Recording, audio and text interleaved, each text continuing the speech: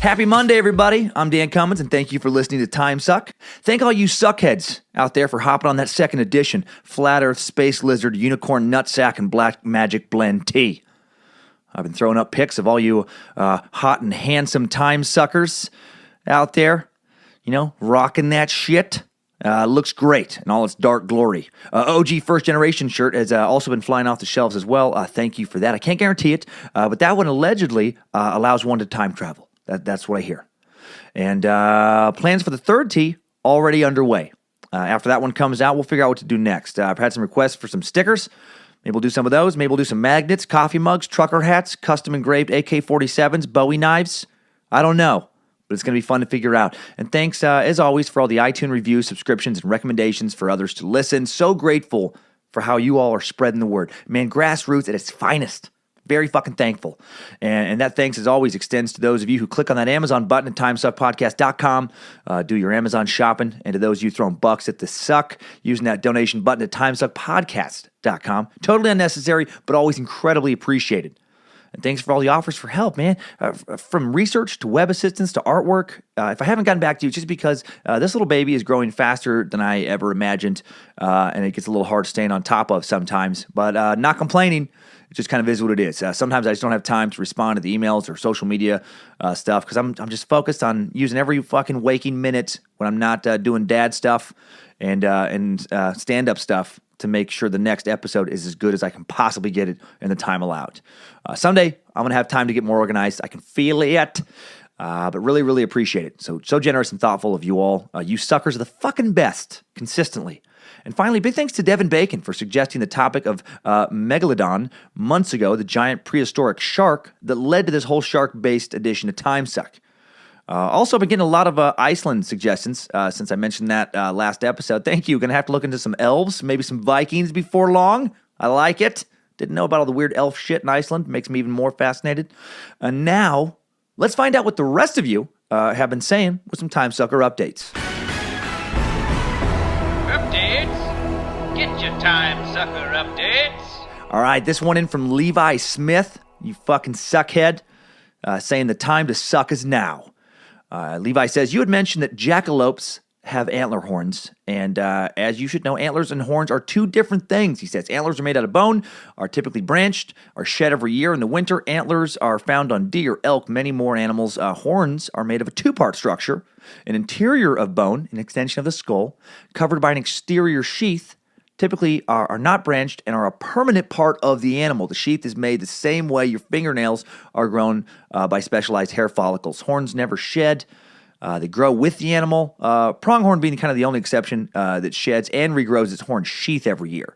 So horns are found on bison, goats, other bovine.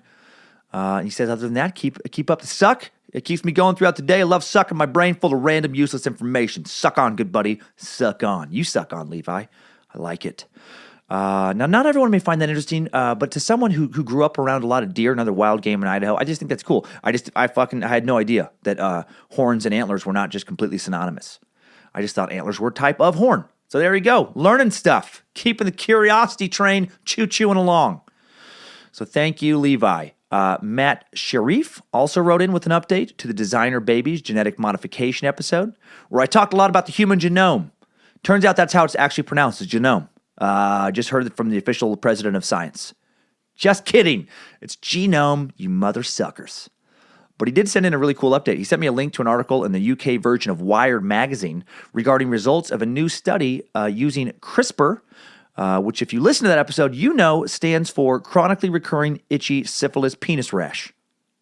Or it stands for clustered, regularly interspaced, short palindromic repeats. And it's a technique I use to edit the very genetic codes that we're composed of.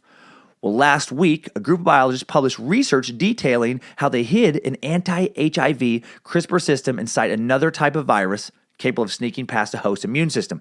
What's more, the virus replicated and snipped HIV from infected cells along the way. The scientists compared it to fucking Pac-Man, man, going around gobbling up those HIV ghosts. How fucking incredible is that? At this stage, it works in mice and rats, not people yet. A little harder to, get approval for testing on humans. But as proof of concept, it means similar systems could be developed to fight a huge range of diseases, herpes, cystic fibrosis, all sorts of cancers. Those diseases are all treatable to varying degrees, but the problem with treatments is that you have to keep them going in order for them to work. The current antiretroviral therapy, HIV, is very successful in suppressing replication of the virus, says Carmel Khalili, a neurovirologist at Temple University in Philadelphia and lead author of the recent research published in Molecular Therapy. But that does not eliminate the copies of the virus that have been integrated into the gene. So anytime the patient doesn't take their medication, the virus can rebound. Plus, treatments can often fail. Khalili and his co-authors treated mice and rats with strains of HIV that were latent, hiding away in cellular DNA, and others where the HIV was actively replicating. Then they used it on mice grafted with human cells. In all three cases, HIV rates went down significantly. Well, Khalili believes most of the HIV viruses, getting like most of them, is enough to cure it, which is super fucking exciting. According to him, the CRISPR system doesn't need to eliminate all the HIV-infected cells, just enough so an HIV patient's immune system can get strong enough to take care of the rest on its own. He says, I strongly believe in the gene editing strategy, and with my 30 years in HIV research, I think this one is going to be the one to take us to the end. Dude, that's fucking insane, man. Curing AIDS could very likely be on the horizon. And curing HIV could be a proof of concept for other diseases, they say, even genetic diseases people are born with. Man, imagine a world where they say where instead of removing her breast, Angelina Jolie could, instead of taking a dose of genes that snip away the genes that threatened her with cancer. That's the difference between a treatment and a cure. That's incredible, man. Moving along with science. I love the Angelina Jolie example. That's from the Wired article. Not me, by the way. Even super smart nerds are obsessed with boobs. I've met a lot of straight women and gay men who love boobs as well. Gay men who are repulsed by any talk of vaginas, nauseatingly, there we go, repulsed, but still like boobs, because fucking breasts are the best. Can we all agree on that? And finally, a whole bunch of you wrote in to tell me how much you liked the Dahmer episode last week, but also that it was incredibly hard to stomach. I fucking hear you. Shit, man. I read through the topic suggestions. I read through them. I line up some topics. I commit to them, and then I just start digging, and I don't know what I'm going to find. I knew Dahmer would be fucked up, but I didn't know he'd be that fucked up. I was serious when I said leave the kids at home for that one.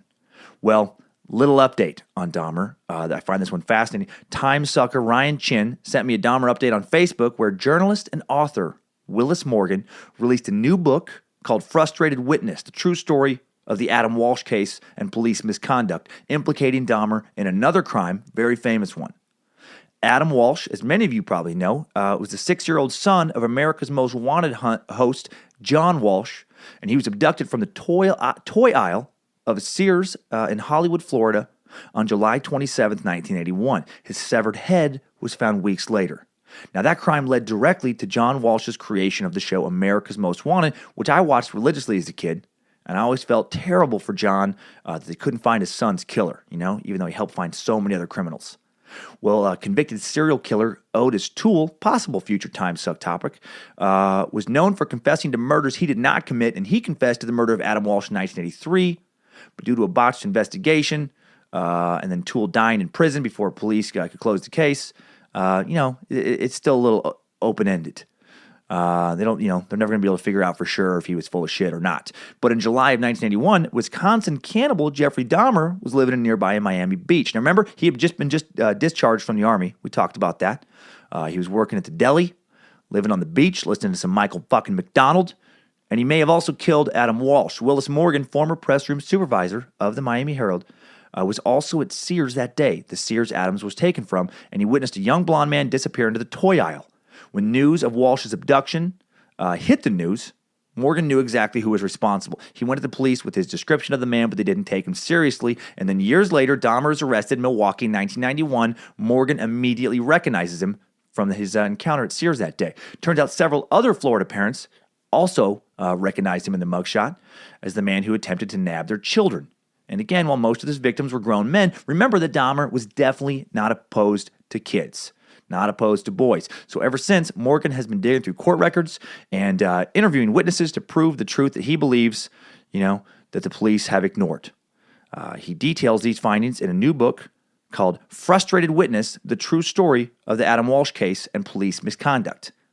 I haven't read it, can't vouch for it, but wow, man, just when I thought the dude couldn't be capable of more evil.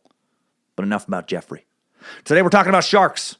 Not exactly a light and fluffy topic, but I think today's show is going to be a little lighter, a little more carefree, I think, but equally fascinating. So let's take a little break from Dahmer eating people. It's time to talk about sharks eating people. I mean, fuck, that is lighter, right? I hope so. Let's get out of here and get into some sharks. Thanks, Timesuckers. I needed that. We all did. Okay, so this whole shark exploration started, as I said, with a look into Megalodon. Megalodon is a prehistoric shark that lived approximately 23 to 2.6 million years ago during the Cenozoic era, sometimes pronounced as the Cenozoic era. And again, going extinct around 2.6 million years ago. During this time, the Earth underwent significant climate changes, which would have put significant pressures on Megalodon. The oceans cooled, sea levels dropped, many large marine mammals with which Megalodon relied on for food disappeared during this approximate time, and then, they're going to disappear as well. Well, back in 2013, the Discovery Channel released a 2-hour documentary called Megalodon, The Monster Shark Lives, and because this is the age of spin and sensationalism, they acted like this creature was still alive because they had forgot what the fuck documentary means. Merriam-Webster defines documentary as being of or consisting of documents contained or certified in writing documentary evidence of relating to or employing documentation in literature or art, broadly factual and objective. Google defines a documentary program as a movie or television or radio program that provides a factual record or report. Well, the Discovery Channel, seems to define it as we're going to say whatever we need to say to get our ratings up. We're tired of A&E fucking killing us every week. In fairness to the Discovery Channel, they did say the documentary was dramatized, which is kind of like loudly advertising a movie as a true story, but then at the end of the advertisement, quickly and quietly just, kind of whispering, actually, it's fake. It's all fake. Shark expert David Schiffman, a doctoral student studying shark ecology and conservation at the University of Miami's Abscess Center for Ecosystem Science and Policy, said, if this Megalodon special had aired on the Sci-Fi Channel, I probably would have loved it. But Discovery bills itself as a premier science education television network, and they're perpetuating this utter nonsense. Well, the biggest fabrication of this documentary was presenting Megalodon as if it was still alive. It's not. It's been extinct, as I said, for a long fucking time.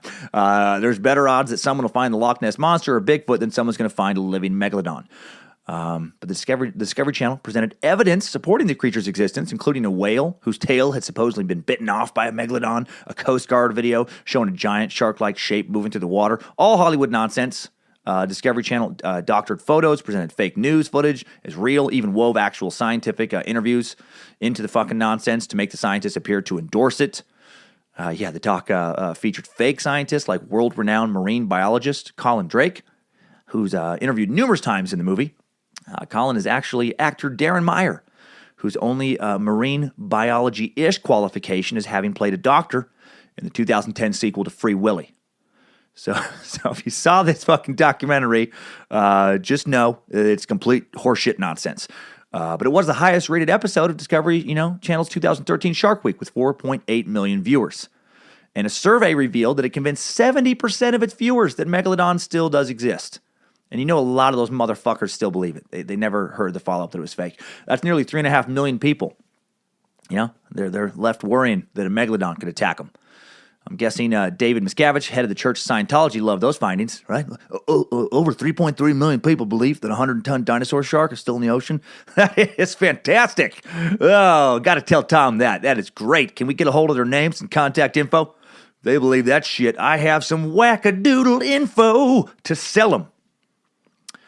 I actually worked on a reality show, quote unquote, for the Discovery Channel a couple years back called Porter Ridge. And I can say from personal experience that the Discovery Channel is about as interested in presenting factual science as the Learning Channel is interested in providing meaningful education. All right. So let's go into some actual facts about what this nightmarish beast was all about. How big was Megalodon? It's easy to understand why Discovery chose Megalodon to kick off Shark Week. It's fucking pretty intense animal. It was grew to an estimated length of 50 feet. Megalodon literally megatooth resembled something of a prehistoric nightmare. and has no modern equivalents in terms of size. This one guy, Peter Climley, a shark expert at the University of California, Davis, said in a 2008 interview, a great white is about the size of the penis of a male megalodon. Fucking love it when nerds get gangster. Yeah? You think a great white's big? Great white ain't shit, motherfucker. Your little great white ain't as big as my megalodon's dick. Mic dropped. Oh, nerds. Some studies suggest Megalodon, which lived from about 16 million years ago until about 2 million years ago, had the most powerful bite of any creature that ever lived. Strong enough to crush an automobile. Far stronger than that of the great white shark today, or even Tyrannosaurus rex. That's a hell of a bite, man. Had 276 teeth that were 3 to 7 inches long, which is fucking huge for a shark. Those teeth had serrated edges. The biting power of Megalodon, which I just described, was obviously beyond intense. Had a bite power of 1.8 tons. That's the great white. The great white is 1.8 tons biting power. Megalodon's 10.8 to 8.2 tons, compared to Tyrannosaurus rex, which had about 3.1 metric ton bite power. Their size generally 45 to 55 feet in length, occasionally up to 70 feet long. So 3 times larger than the great white, about half the size of blue whale. And they weighed anywhere from 47 to 103 tons. Ton being 2,000 pounds, that means they weighed up to 206,000 pounds. Largest known fucking predator in history. That is giant. Gigantic shark. Obviously required a massive amount of food, and it's been estimated an adult megalodon may have had to consume over a ton of food a day to sustain itself. Fossil evidence points to the megalodon preying on whales, other large marine mammals such as sea cows and sea lions. Sea cows. Fucking shaking in their sea cow boots, running for Megalodon. Or swimming, whatever they did. Okay, they swam. As powerful and scary as Megalodon was, though, we don't have to worry about them, because despite what the Discovery Channel has claimed, they are as dead as the brain of a professional Sasquatch hunter. So let's look into some real facts on some real sharks, maybe ones that we should be afraid of, or maybe not, depending on how you want to look at this info, depending on how you want to interpret it. But before we look into the stats everyone has researched, I wanted to look into some stats on a very, very particular fear I have long associated with sharks. Can a shark bite your dick off? I've honestly wondered this for a long time. Does it happen? According to my horrific Google search history, or adding to my horrible search history, I Googled just the sentence, can a shark bite your dick off? And incredibly, no legitimate scientific articles popped right up. Imagine that. No science articles popping right up when you Google, can a shark bite your dick off? The first website that did pop up was Yahoo Answers, and after clicking on it, I came across a fantastically entertaining post headlined with, what is the likely chance of a shark eating your penis? And I'm going to add I'm adding some sweet piano music behind this because it just fucking deserves it. Here's the first one I really liked in this thread. A few years ago, a good friend of mine went on vacation. When he returned, he had notified me while he was swimming in the ocean, a shark had formally removed and ate his penis. I didn't believe him until he dropped his pants and there was nothing there besides his testes that had a little minor damage. Due to this happening, I am terrified to go swimming in the ocean or any water that could possibly be shark-infested. Or do you think it was so tiny I couldn't see it? I'm not exactly sure what happened. Is it possible he was joking with me and was actually born without a penis? Who fucking wrote this? Was it a spammer from the Nigerian email episode? Maybe someone in Lagos? Maybe Reverend Dr. William Johnson? What the fuck? Oh, I love the formally removed and ate his penis. Oh my God. Well, 11 Yahoo users took a shot at answering this. I have 2 favorites. The first is because a user named Jacob actually took the answer seriously, saying, when sharks attack people, which is very low, they will normally bite the leg or arm. When they do attack, they only test the meal to see if it's okay, but they normally do not like human flesh. That's a scientific fact. If a shark removed his penis, then there will be a bite mark around the area. Plus, your friend will most likely be dead. He would have lost a significant amount of blood. Or if he survived the attack, he would not be bragging or showing it to others. His testes would probably have been removed, or at least one would still be there. What the fuck? Who are these idiots? Who refers to nuts as testes in a thread like this? And why would you come to the conclusion that probably one would be there? If a shark attacked your friend's dick, he would have taken one ball, but probably have left the other ball. What? Who are the people on the internet? My God. Sometimes. Oh. And then someone else going by Bolag said exactly what I would have said. I love this one, made me laugh so hard out loud by myself. He said, 1 in 5 people get their penises bitten off and eaten by sharks. And that made me laugh so hard because the first fucking idiot seems dumb enough to actually probably believe that. He probably is, oh, God. He'll be telling people that for the rest of his life. Well, 1 in 5 people get their dicks bitten off by sharks. Their penises and formerly bitten off, and their testes.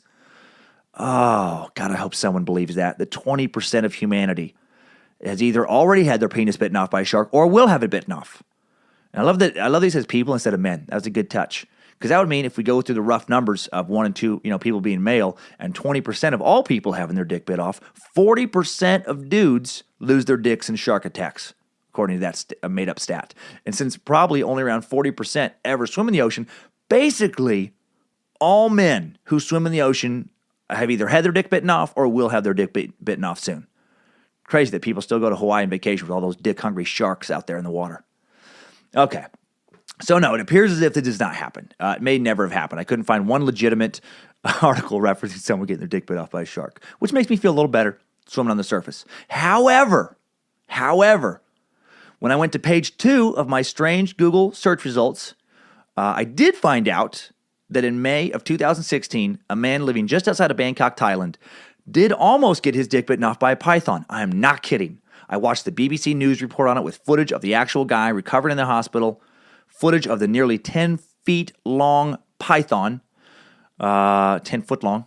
Poor guy was going to the bathroom, sitting on the toilet when this snake came up to the pipe, bit down on his dick. He grabbed the snake, basically played a game of tug of war where his dick was the chew toy. And after 30 minutes of battle, a battle assisted by his wife and a neighbor who joined in to help. His wife actually tied a rope around the snake to help with the tugging. He eventually pried the snake's jaws off of his dick, got to the hospital, and had its ripped up dick sewn back together. What the fuck? Animal control workers then freed the snake from the toilet and released it back into the wild, where it immediately grew some hands so it could start high-fiving the shit out of other animals who it told its awesome story to. Wow. So while it looks doubtful that a shark is going to bite your dick off, a toilet snake, there is precedence, has climbed up out of the toilet and bitten at least one person's dick, which may now be my new greatest fear.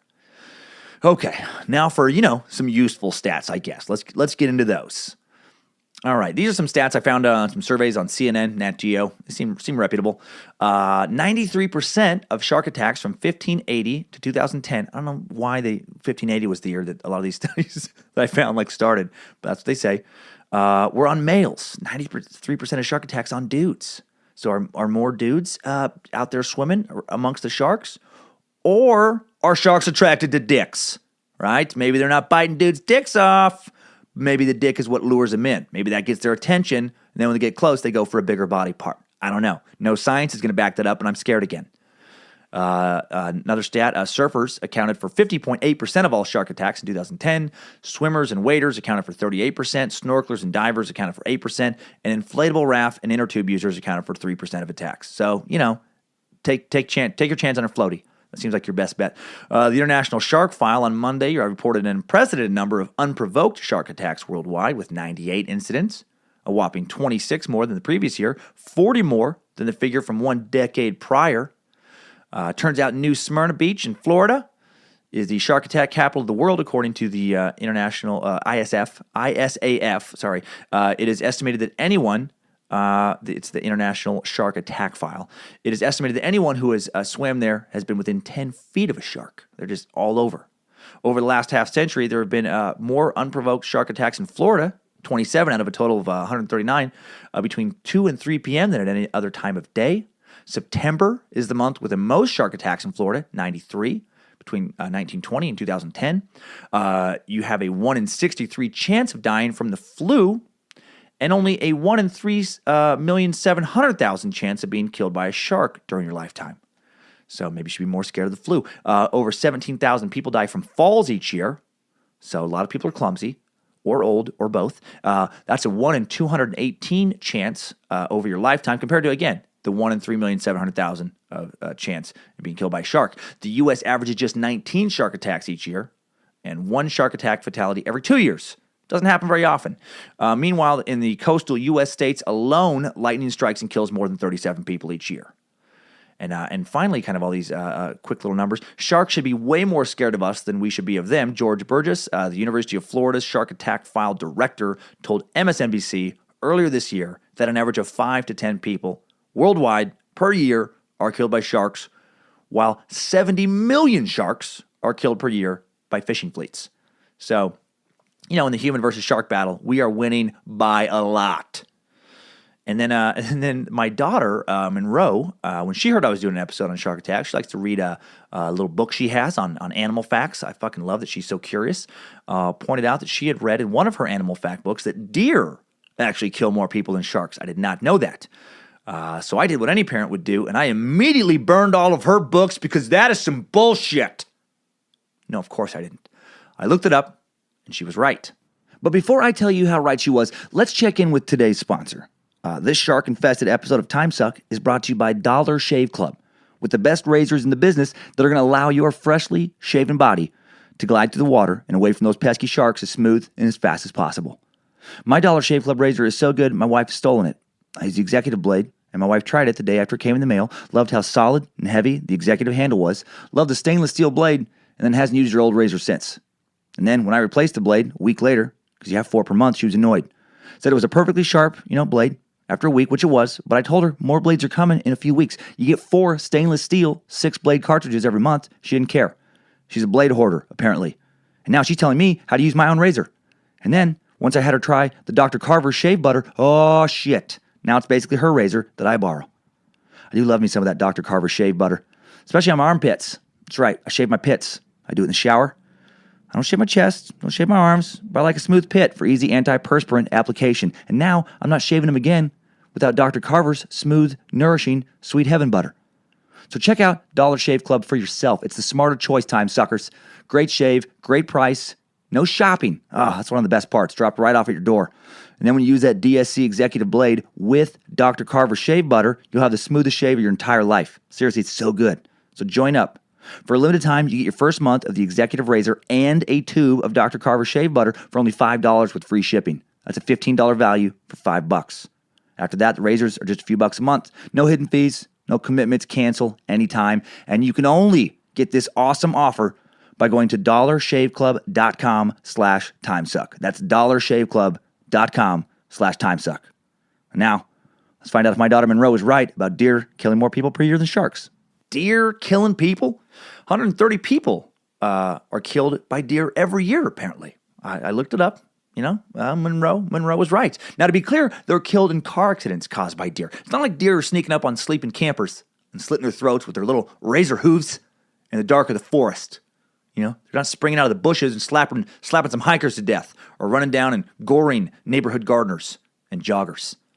I feel like more people would be cool with deer hunting if deer were doing stuff like that. I've met a lot of people who don't like the thought of deer hunting because they see deer as, so cute and harmless and peaceful.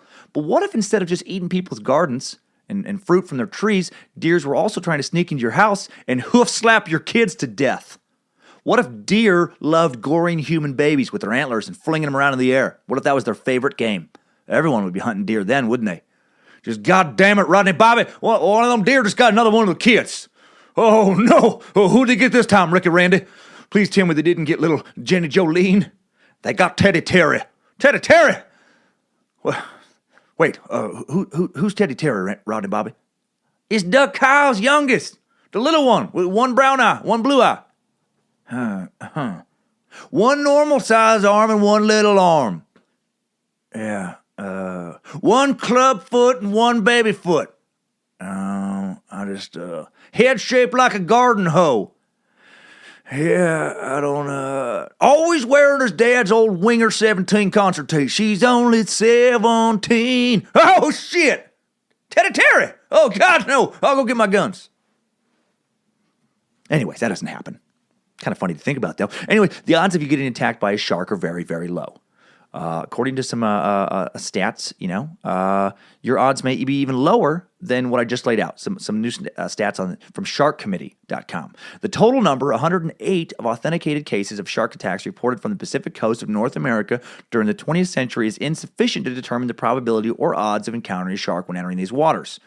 They say during the first half of the 20th century, only one authenticated unprovoked shark attack was reported from the Pacific coast, while the remaining 107 occurred during the last half of this 100-year period. The site also talks about how not all attacks are reported and how many attacks that are reported aren't from first-hand sources, making accurate stats almost impossible to come by. And that's why you're going to notice in this episode, some of the stats kind of like bounce around a little bit from various studies. There's just not like really conclusive statistics on, shark attacks and exactly what shark got to people. Because a lot of times, the person fucking ends up on the beach with a bite and they don't know exactly what kind of shark did it. But if you are going to be attacked by a shark, what's the most dangerous place to be attacked? Well, as I said earlier, and according to numerous websites that bounce around, New Smyrna Beach, Florida, the shark attack capital of the world. 290 reported shark attacks between 1956 and 2016, and a few more since then in 2017. A woman was actually attacked there last month in April. However, there hasn't been a single fatal shark attack reported there. And not even all the bites have required a trip to the hospital. So, a lot of nibbles. Very few big old chunks taken out. Well, most of these bites are from bull sharks biting humans by mistake. Now, while no one has been killed by a bull shark in New Smyrna just yet, bull sharks are not to be taken lightly. They are one of the big three. The big three is the three species of sharks most commonly associated with deadly attacks on humans. The Dwayne Wade shark, the Chris Bosh shark, and the LeBron James shark. Most notorious for forsaking decades-old ethos of sticking to your hometown team and playing against the best competition in the world to win a championship instead of forming an alliance with your fucking enemies and poaching a couple championships. Wait a minute. I'm sorry. That's the wrong big three. That's actually a dated basketball reference that makes no sense whatsoever in this context. No, the big three is the bull shark, tiger shark, and great white. Now, the bull shark, which I just mentioned, grows to be 7 to 11.5 feet in length, can weigh anywhere from 200 to 500 pounds. They have wide, serrated teeth up to 1.5 inches in length. They're recognizable by their stocky build and blunt snout. They're proportionally shorter and wider than other sharks. Their back is light to dark gray, and their underbelly is white. And they're opportunistic hunters. They will try to eat anything they come across rather than looking for a specific prey. Whilst their diet is generally made up of fish, they're known to eat stingrays, other sharks, including small individuals of their own species. Less commonly, bull sharks have been known to eat sea turtles, dolphins, crabs, seabirds, squid, and dogs. Everything. Sometimes humans, They're apex predators, which means, nothing habitually preys on bull sharks, although they are known to be attacked and eaten by other large sharks on rare occasions. And even a few cases of saltwater crocodiles have eaten them. That'd be a fucking badass fight to watch, man. Croc versus shark. That's a sci-fi movie. Well, in the sci-fi version, it'd be fucking like an alien shark versus a genetically modified croc or some shit. Okay, but freshwater sharks. Now, this is terrifying. The scariest aspect of bull sharks to me is their ability to survive in fresh water. Osmoregulation is the ability of an organism to maintain a constant concentration of water in its body, even when its outside environment would normally cause it to lose or gain water. Freshwater and saltwater fish both osmoregulate. But bull sharks can adapt their osmoregulatory processes to survive in a broad range of water salinities, from the salt water of the ocean to the fresh water of a lake. In sharks, the normal mechanism of osmoregulation in a marine/salt environment is the high concentration of biological solvents in their blood and the removal of excess salt from their bloodstream through urine. The former allows them to absorb water from their marine surroundings, while the latter rids them of the salt they continually absorb. These tasks are primarily controlled by the kidneys. In most sharks, these adaptations cannot be changed. If they're put into a freshwater environment, they will absorb too much water relative to the concentration of bodily solvents and lose too much salt to stay alive. In other words, most sharks cannot survive in freshwater because they're not capable of adapting to it. But fucking bull sharks, man, they can do it. Bull sharks are unusual because they can adapt readily to fresh water because they can adapt their process of osmoregulation. The kidneys of bull sharks can be gradually adjusted to suit the salinity of the water they are in. When moved gradually into fresh water, like from migrating from the ocean to an estuary, then upriver, bull sharks' kidneys remove less salt and more urea from the bloodstream through urination. essentially reversing the normal marine shark method of osmoregulation. The adaptation allows bull sharks to live in estuaries, freshwater. Bull sharks are regularly sighted in Lake Nicaragua. Some live there permanently. Have been reported 2,000 miles from the ocean and the Amazon River. They've also been seen in the Mississippi River as far as St. Louis, Illinois River, all the way up to Lake Michigan. I mean, holy shit, man. That's fucking crazy. I'd heard that, but I didn't know for sure that, that's a big, one of the big three. A big-ass shark can make it way up a fucking river. But have they ever attacked anyone in fresh water? Yes. Yes, they have. A 7-year-old boy was bitten by what scientists believe, based on bite marks, was a 5-foot-long bull shark in Louisiana back in 2014. And, in a little brackish kind of lake there. Lake Pontchartrain. The lake is connected to a lot of fucking French words that I didn't have time to fucking YouTube pronunciate video this week. but they did it. They did it. They have done it. And have they ever killed anybody? Yes. Yes, they have. They have killed. Time for the Matawan, New Jersey shark attacks in 1916. Some freshwater shark terror. Scientists had to revisit much of what they thought they knew about sharks after these attacks in 1916. Matawan, New Jersey, a little borough, just under 10,000 people in east central New Jersey. It's 11 miles inland from the Atlantic Ocean. It's a bus ride from Manhattan on either the 133 or the 135 bus lines. You can take a short train ride from Matawan to Penn Station in Manhattan. It takes you about an hour and a half. And it's the birthplace of Dolores Holmes, Bruce Springsteen backup singer. For many years. Also, Tammy Lynn Sitch, one of the first divas of professional wrestling, who went by Sunny during the 90s for the WWF and was inducted into the WWE Hall of Fame in 2011. In 2016, Tammy also starred in the Vivid Entertainment adult film Sunny Side Up, In Through the Back Door, which is about exactly what you would imagine by that title. So, we know she's tough in a variety of ways. Also the birthplace of Howard Kramer, a.k.a. Dragon Boy Suede, comedian, cool dude. I've talked to a few times and hosted the Who Charted podcast. But in 1916, it was just a sleepy little town a few miles inland from the Jersey Shore, famous for nothing. And then on Saturday, July 1st, at Beach Haven, a resort town established on Long Beach Island off the southern coast of New Jersey, Charles Van Sant, 25, of Philadelphia, was on vacation at the Ingleside Hotel with his family. Tourist season was in full swing. The beaches were filled with sunbathers and the ocean with swimmers. Everything seemed like just another hot July day. Well, before dinner, Van Sant decided to take a quick swim in the Atlantic with the Chesapeake Bay Retriever that was playing on the beach, and shortly after entering the water, he began shouting. Bathers believed he was calling to the dog, but a shark was actually biting Van Sant's legs. He was rescued by lifeguard Alexander Ott, bystander Sheridan Taylor, who claimed that the shark followed him to shore. As they pulled the bleeding Van Sant from the water, Van Sant's left thigh was stripped of its flesh, and he bled to death on the manager's desk at the Ingleside Hotel at 6:45 p.m. 5 days later, Charles Bruder, 27, a Swiss bell captain at the Essex and Sussex Hotel, was killed while swimming 130 yards from shore. He was swimming out beyond friends when he heard some screaming. A shark bit me. Bit my legs off. Those are the last words Charles would ever utter. Ugh. So he didn't hear the screaming. I don't know why he phrased it that way. He heard himself scream. Shark bit him in the abdomen, severed his legs. Bruder's blood turned the water red. After hearing screams, a woman notified 2 lifeguards that a canoe with a red hole had capsized, was floating just at the water's surface. Lifeguards Chris Anderson and George White rowed to Bruder in a lifeboat, realized he'd been bitten by a shark. They pulled him from the water. He bled to death on the way to shore, mostly because his fucking legs were gone. Beachgoers gathered around his legless remains. And then, those are both ocean, saltwater, but then these sharks decided to move inland. 30 miles farther north, residents of Matawan, a small town 11 miles inland, like I said, from the open ocean, these people felt that they were safe, the residents there, from shark attacks. Swimmers here were confined to Matawan Creek. I've seen pictures of it. It's like a small creek, a narrow tidal creek that wound its way down to the bay.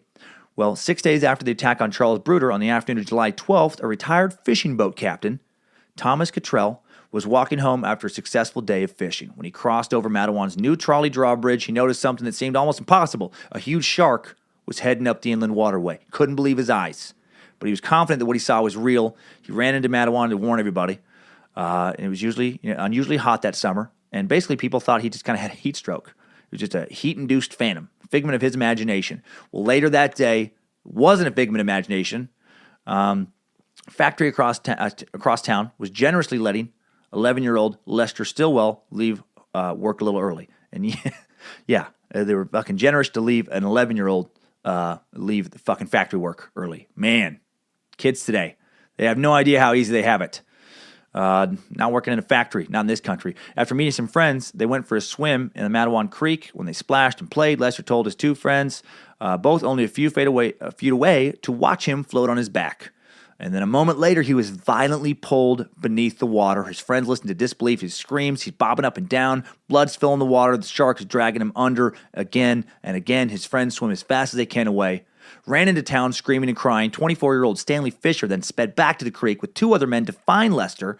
The two men dove in, not knowing there was a shark still attacking the boy's corpse. Stanley Fisher attempts to pull the bloody body away from the shark and is also attacked. He dies a few hours later at Monmouth Hospital in Long Branch. Heading back down the brackish tidal stream towards the ocean, the shark struck again within an hour of the last attack, wounding 12-year-old Joseph Dunn, who only narrowly escaped with his life, but he lost a fucking leg. And that's when he became Peg Leg Dunn. That part's not true. I just imagined back then him having a peg leg. I don't know why I had to say that. A reward was offered for the shark, and the people of Matawan became obsessed with vengeance against this evil creature. It's not an evil creature. It's just a shark doing what fucking sharks do. But some of the town's people industrially, they put fucking dynamite in the creek. They exploded dynamite in the creek, trying to blow the shark into oblivion. And then, back on the coast, meanwhile, the greatest shark hunt in state's history is underway. Nobody knew its species or size, but some blind retribution was going around. Hundreds of sharks were caught and slaughtered.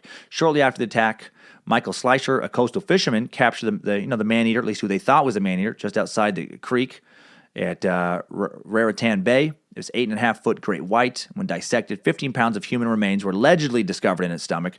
For many, the grisly discovery brought closure to the summer's horrific events. Now, earlier I said this was about a bull shark, and I said that because many experts now dispute the original reports of the rogue shark being a great white. They think the shark that he found was actually a bull shark. People didn't know that much about sharks back then. So the attacks of 1916 and the panic they caused, and they did cause panic. President Woodrow Wilson apparently called a cabinet meeting over this, and the White House agreed to give federal aid to drive away all the ferocious man-eating sharks, which have been making prey of bathers, according to a July 14th, 1916 article in the Philadelphia Inquirer. Well, the panic they caused served as the part of the inspiration for Peter Benchley's 1974 novel Jaws, and then the 1979 Steven Spielberg movie of the same name that followed. And that's definitely where I got my initial fear many years later. Watching Jaws is where my fear of sharks began. But is this a common event? Was this happening all the time? Does it still happen all the time now? No, not at all. George Burgess, a shark expert, called it the most unique set of shark attacks that have ever occurred, but it has happened more than during just the 1916 New Jersey attacks, especially in Australia. Bull sharks abound in the Hastings River, which flows into Port Macquarie, a small coastal city of roughly 46,000 on Australia's southeastern seaboard, 570 kilometers south of Brisbane, 390 kilometers north of Sydney. Port Macquarie was founded in 1821 as a penal settlement, the destination for convicts who had committed secondary crimes in New South Wales. Under its first commandant, Francis Almond, life was fucking not good there. He was fond of flogging, and I guess the settlement became a hell, where convicts had limited liberties, especially in regard to being in possession of letters and writing papers. You could get up to 100 lashes for having some paper. Now it's largely a retirement and vacation community full of beaches and shopping, and it's also home to the Billabong Zoo, Wildlife Park, and Koala Breeding Center. The Koala Preservation Society, Koala Hospital, which sounds like the most adorable hospital ever, where little sick little koalas are fucking brought back to health. And at the Hastings River, this river runs through town, and many of the other eastern Australia rivers, like the Hastings River, are home to bull sharks. They've been blamed in the deaths of at least 2 people in Queensland's waterways during the past 15 years. Anglers have been catching up to 100 bull sharks a week in rivers and canals in the state of Queensland in certain seasons. So that's fucking crazy, man. So there are a lot of, in certain parts of the world, a lot of sharks in fresh water. So what are the odds of you being attacked by a shark in fresh water? Well, I feel like if the odds of being attacked by a shark in general are 1 in 3.7 million, and zero stats come up when you ask Google, what are the odds of you being attacked by a shark in fresh water? Because I can only find a handful of stories about it on the web. So I'm guessing, like ridiculously low odds, And the media would be all over it. There would be articles if it happened to be a sensational story. I'm guessing like 1 in a billion, 1 in 5 billion. I mean, you probably have a better odds of a snake climbing out of a toilet and biting your dick than you do of a shark killing you in a river.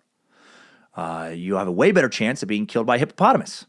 Between 2006 and 2016, hippos mauled 25 fishermen to death and injured many more in the tiny fishing village of Gouloumbou in Senegal, Africa alone. Just one tiny village. But enough about bull sharks. Let's talk about the next one of the big three. Let's talk about tiger sharks. Tiger sharks are bigger than bull sharks, generally 10 to 14 feet in length, can reach up to 17 feet in length, and, they generally weigh from 850 to 1,400 pounds. They have short teeth for their size, only 1.1 inches in length, but their teeth are wide and incredibly sharp and serrated. Also have powerful jaw strength, capable of smashing a sea turtle's shell. And the tiger shark has a reputation for eating anything. Young tiger sharks are found to prey largely on small fish, as well as small jellyfish, and mollusks. But then around the time they reach 7.5 feet in length, they start going after bigger things, like seabirds, sea snakes, dolphins, sea seals, sea lions, sea turtles, and fucking people. In fact, actually, adult sea turtles have been found in 20.8% of studied tiger shark stomachs, so they love turtles. So, best odds to not get attacked by a tiger shark, swim like just a little bit towards the beach from a whole bunch of turtles. Let them get the fucking turtles, or release a bunch of sea turtles out into the water, and then you swim 20 yards behind them. Form a sea turtle wall. I don't know if that would help, actually. But they also may attack injured or ailing whales.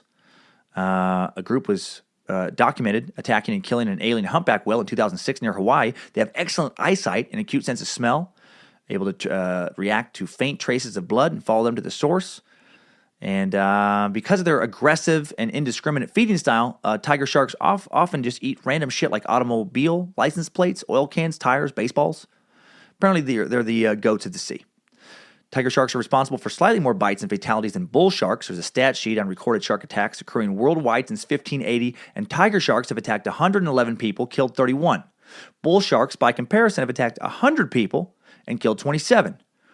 Most sharks in Hawaii, though, most shark attacks, in Hawaii, though, are related to tiger sharks, making them bigger assholes than bull sharks for ruining a fucking cool place to swim, It's one thing to attack people on the Jersey Shore. It's another to fuck up people's, vacations in Hawaii. Tiger sharks were also at least partially involved in the worst shark attack in recorded history. A shark attack so large and horrific, it requires its own segment. It's time for some super scary stuff. Super scary stuff.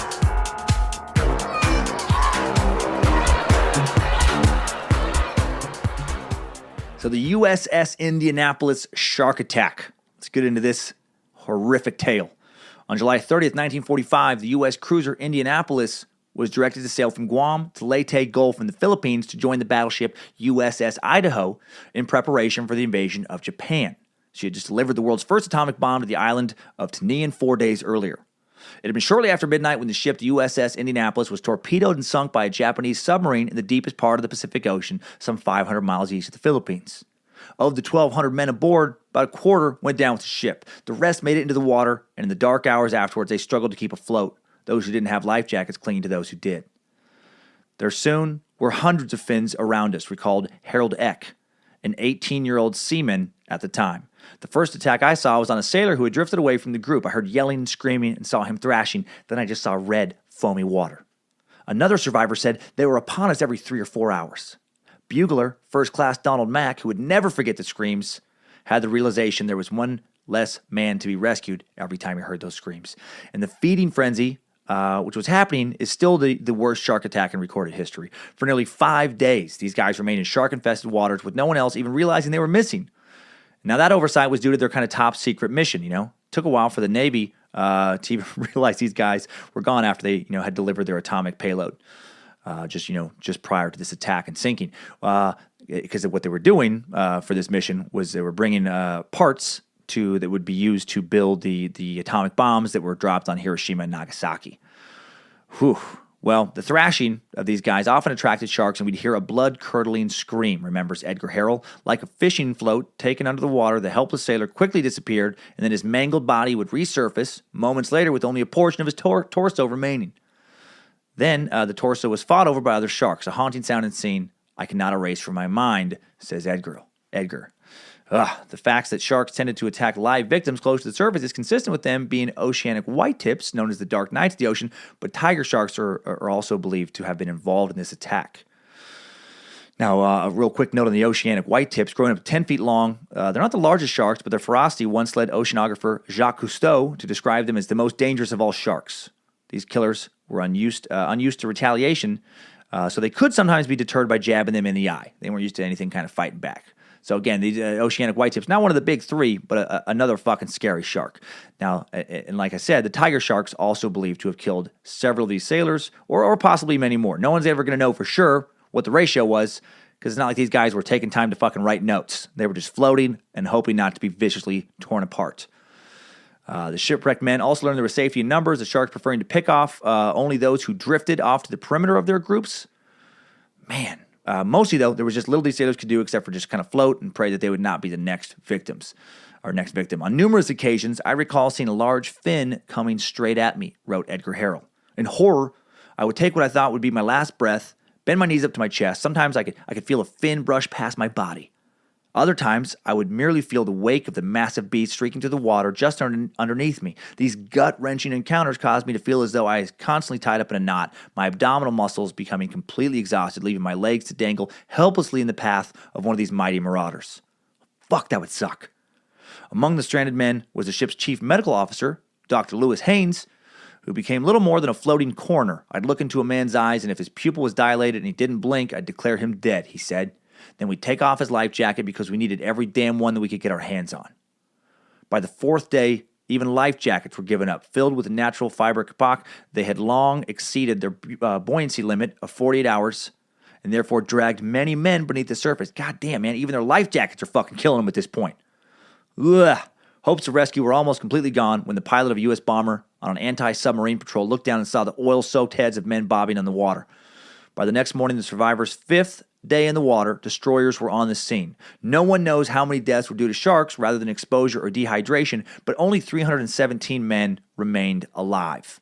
Many had excruciating infections from shark bites, and the attempts to clean the oil off saw many layers of decomposing skin peel away with it. My God. Can you imagine 5 fucking days of watching sharks constantly kill the people around you, feeling them bump up against you, not knowing when you were going to be next? How do you not just go completely insane even if you do live after that? Wow. And if that all wasn't bad enough, the victims were dealt one final horrific blow many years later when USS Indianapolis Men of Courage, starring Nicolas Cage as USS Indianapolis Captain Charles McVeigh, was released. Another travesty. It was released in theaters on Veterans Day and grossed just over $700,000 after costing $40 million to make. So, yeah, $40 million budget fucking makes $700,000 at the theaters. Not a good film. AV Club critic Ignatiy Vyshevsky says, every expense has been spared. The sets are either claustrophobically limited or anonymously empty. The period detail is non-existent, and the special effects are on par with a sci-fi original. Roger Moore from Movie Nation says, overreaching, muddled, and not reliably accurate. Millions of wartime movie fans who saw the trailer said, seriously? Nicolas Cage is still alive? Fucking there's no way I'm watching that shit. Amateur film critic and three-legged one-eyed pitbull Bojangles said through a canine to human interpreter, this shitstorm sucks my furry continually moist from being constantly licked nuts. I'd rather sniff Nicolas Cage's washed-up butthole for 2 years, or actually be attacked by sharks, than be forced to endure this film again. I'd have my remaining 3 legs removed, if only it would give me the 2 hours and 8 minutes of my life back that this movie stole. In one way, the sailors that died in that shark-infested water back in 1945 were lucky. At least they never had to see this.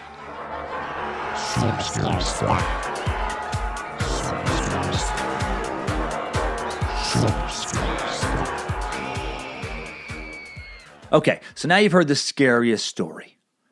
I don't know how you top float in remote ocean water with a few hundred other men listening to their death wails, seeing circling fins and blood in the water for 5 straight days.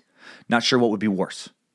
I don't know what would be worse in that situation, watching them get attacked during the day or just hearing screams at night and having no idea how close they are to you. Seriously super scary stuff. But still, the real nightmare maker is the last third of our trifecta of scary sharks. The bull shark attacks in New Jersey in 1916 may have inspired Jaws. Some tiger sharks may have added to the feeding frenzy fate of the USS Indianapolis crew, but the great white is arguably the scariest of them all. Why? First off, it's fucking huge. It's 15 to 20 feet long.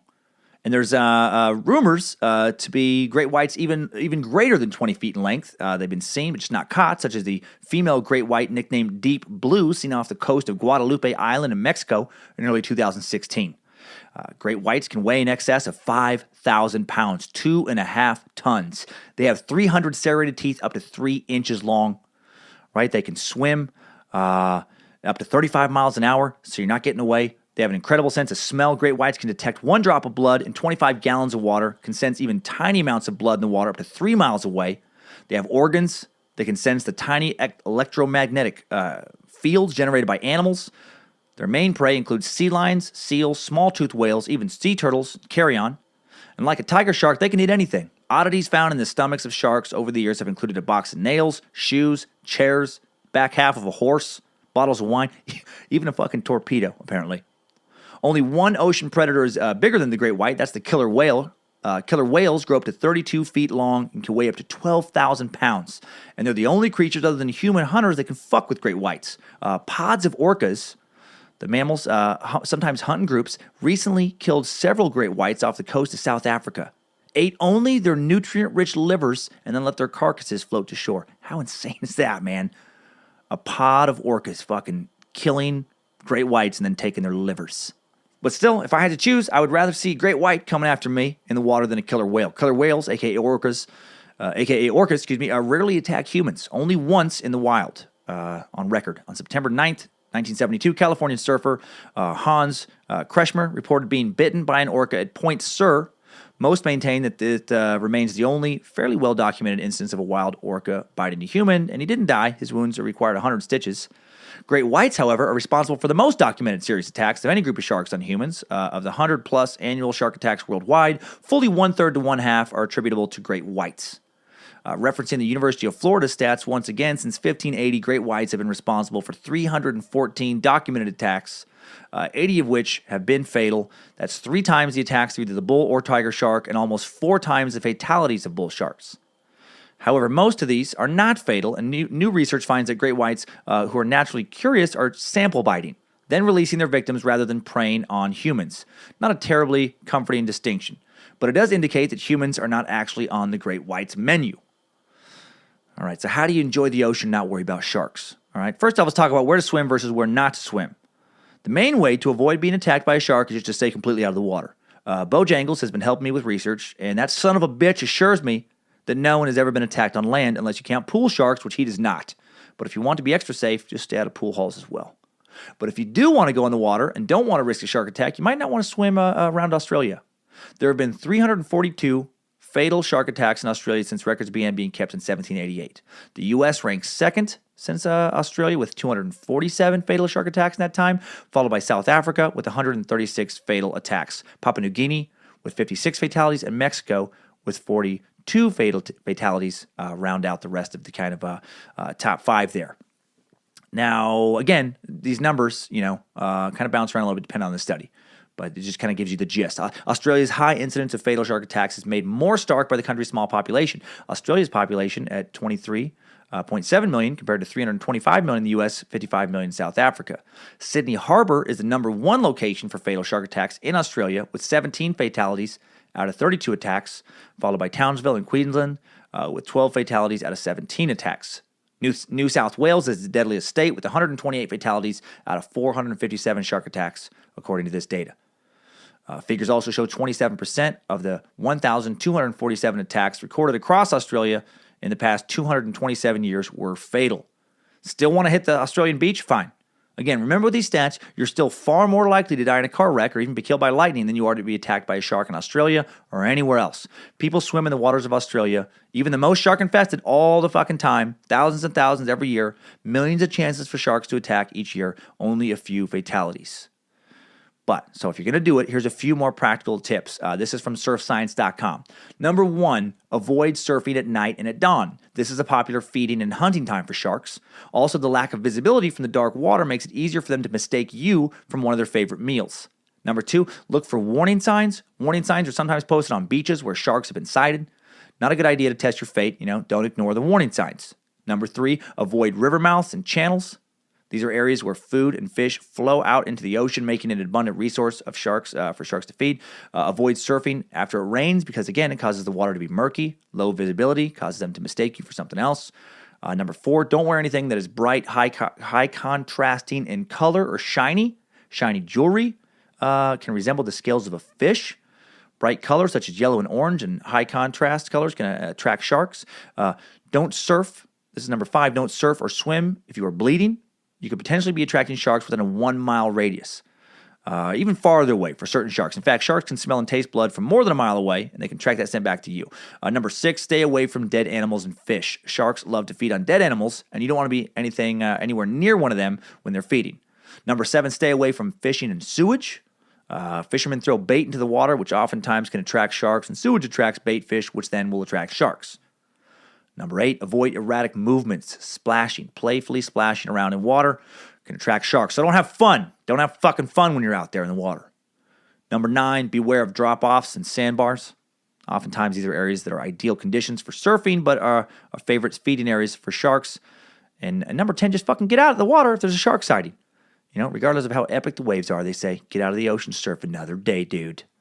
So basically, if you hop into the water where a creek is dumping muddy silt into the ocean, where there's a bunch of people fishing, you have an open wound, you're wearing a neon yellow bedazzled swimsuit, lifeguards are telling you to get out of the water because they just saw a shark, some parent is telling you their kids just took a shit in the water there, you might want to get out, and you've rubbed your own body down with dead fish grease, and you're in Australia, well, you're fucking asking for it. It's like you want to be attacked. And you should spend a couple days in a mental health facility. You need help. When you think it's a better idea to rub your body down with dead fish grease, and sunscreen, when you think open wounds don't need to be treated and you like to swim around shit, your brain does need to be treated. And here's one more tip straight from me. Now, this is no science backing this up. Don't swim in an area where no one else is swimming, and don't swim farther out than anyone else. This isn't a tip, again, backed by science. It's just what I do when I go to the beach to make me feel better. Like if a bunch of kids are swimming farther out in the water than me, it just makes me feel a little more safe. And look, I don't want kids to be attacked. I don't. I really don't. But I figure if some rogue shark is going to attack, they're going to nab a little kid snack before they're going to fuck with me, especially if the kids are 30 feet out and I'm 10 feet out. You know what? So just do with that info, what you wish. Well, the folks at surfscience.com also have advice for what to do if you're attacked by a shark. Actually, it's just kind of one tip. Accept certain inevitable and horrific death. Accept the fact that God is real and he hates you, and you're being punished for something horrible that you did. And that's why, despite incredibly low odds of getting attacked by a shark, it's happening to you. No, of course that's not true. Here's what they say. Number 1, stay calm and still. Sounds a lot easier, said than done, but it's really important. Like many predators, sharks can sense fear, and this will only arouse their senses and attack instincts. That's so scary that they can fucking sense fear. You also need to keep cool in order to analyze the few critical seconds that you have to make the right decision to save your life. Number 2, defend yourself. Get in a position where you're able to defend your front and sides of your body. Try to avoid using your hands. Use any weapons possible. And in case it's likely the only thing you have is your surfboard, use that as a shield, a barrier from the shark. Strike back at the shark at its most delicate areas, such as their eyes, nose, and gills. Number 3, get aggressive. If it bites you and drags you underneath the water, playing dead's not going to help. Get as aggressive as you can. Scratch those fucking eyes. Number 4, stop the bleeding. Get out of the water as efficiently as you can. Most sharks who attack surfers think they're prey, and once they realize it's not their usual high-fat meals, they're going to let you go.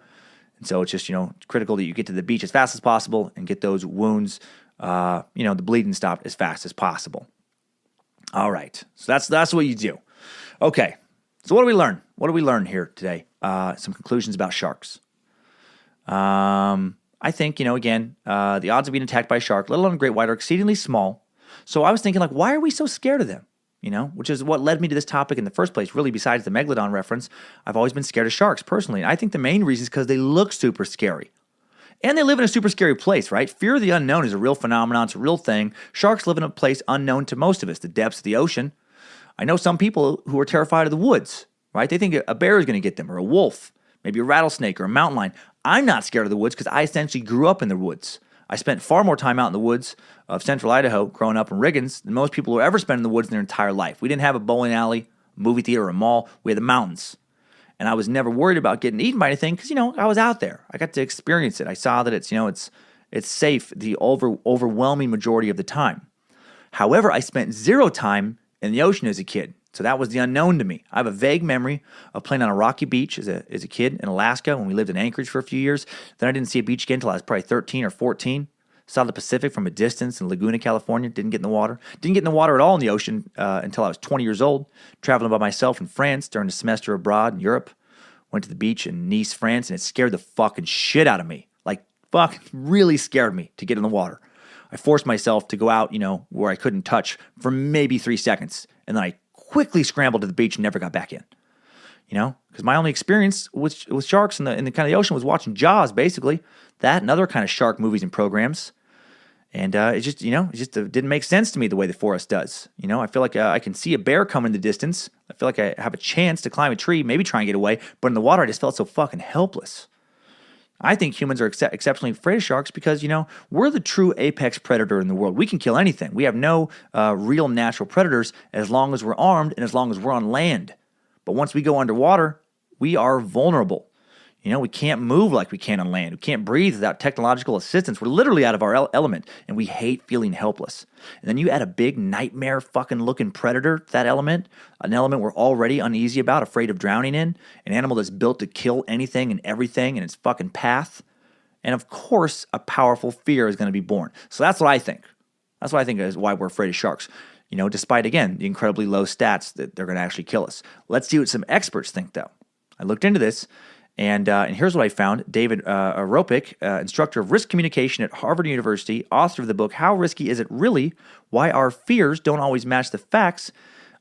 He says that people essentially are terrified of sharks because getting eaten by a shark would be a really crummy way to die. He says, we're not just afraid of things because of the likelihood that they'll happen, but also because of the nature of them if they do happen. He told Live Science, so it may be unlikely that you're attacked by a shark, but if it would fucking suck in a bad way. Not in the Timesuck way if it did. If you did get attacked by a shark. Fear of sharks is rooted in the brain, he says, and can be understood by examining what Ropek calls the 2 biological truths about how brains process information. The first of these truths is that humans are hardwired to respond to information with feelings first and thoughts second. The second truth is that over time, humans tend to respond more with feelings than they do with thinking. So in other words, when a person thinks about sharks, he or she really isn't thinking objectively. Humans tend to feel scared of sharks first, and at some later point consider the actual risk the sharks pose, if they ever consider that at all. And that trend doesn't reverse over time. That is, people don't start thinking more rationally about sharks the longer they sit on the beach, pondering the great expanse of water in front of them. In fact, the longer people think about sharks that might be swimming below the surface, the more scared they might feel, says Ropek, which adds to these explanations originated from work done by neuroscientists studying how the brain responds to threats. But these ideas leave an important question unanswered. Why sharks? After all, there are plenty of big predatory animals out there that could kill a person in much the same way a shark can. But you don't hear people talk about their fear of wolves or bears as much. Well, the preoccupation with sharks has to do with something Ropek calls the lazy brain. We have a bunch of mental shortcuts that allow us to quickly judge situations before we have all the information. We make up our mind quickly because it's easier for the brain to do that. It takes calories to think. One of the mental shortcuts your brain makes is known as the availability heuristic, first described by psychologist Daniel Kahneman.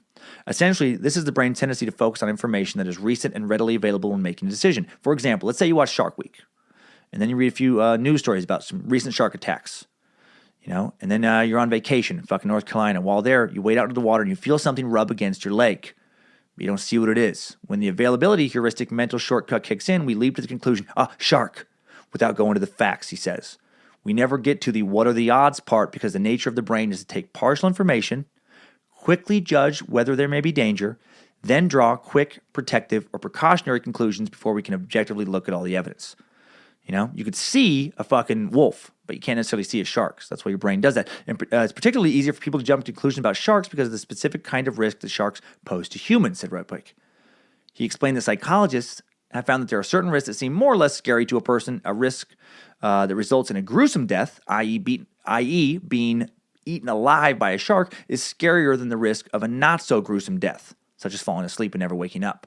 And then the hidden nature of a shark attack also makes it more frightening, he says. It's scary to encounter a risk when you don't know that something is about to happen, like a shark lurking underwater that you can't see. Uncertainty makes the risk even scarier. Ha ha!